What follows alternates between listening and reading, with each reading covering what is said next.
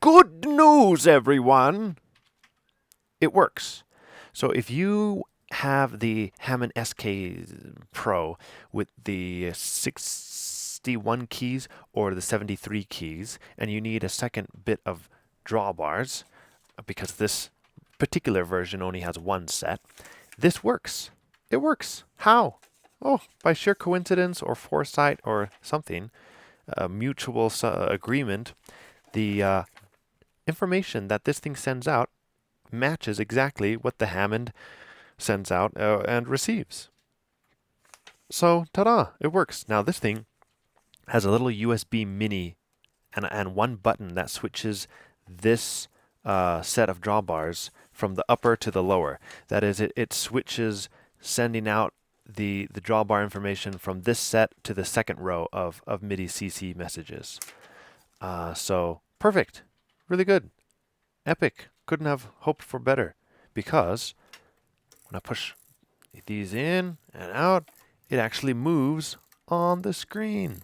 How great is that? So now this can be with a dedicated upper set of drawbars, and I don't have to press these buttons ever again to switch it from this set to control the lower, because that can be the upper, this can be the lower. There's a button in the back, and I just have to make sure it's on the orange little light on the end instead of the red, and that will send out on the second row of CC messages.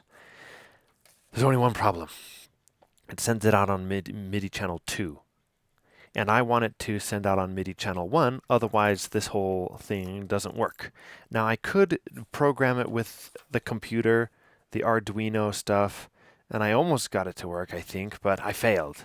I could try again, but if you don't want to bother with that, and you happen to have one of these MIDI event processors laying around. This is the Conductive Labs. It's called the MRCC, or like Mr. CC. Anyways, the drawbar controller is plugged into here. It's providing power, and it's also receiving the MIDI messages when the drawbars are being moved. There's a little activity monitoring that flashes up there. I don't know if you can see that when I move that. Anyway, I have a modifier on here that shows that anything that's in on MIDI channel 2 is sent back out here on MIDI channel 1, and it's very easy to program. You just go into this page, program down, switch this MIDI channel into 2, and then the out channel to 1, and then you go back up here and onto this particular port that I have everything plugged into physically. You come down here and enable the modifier that says CH1, and exit. And that's it.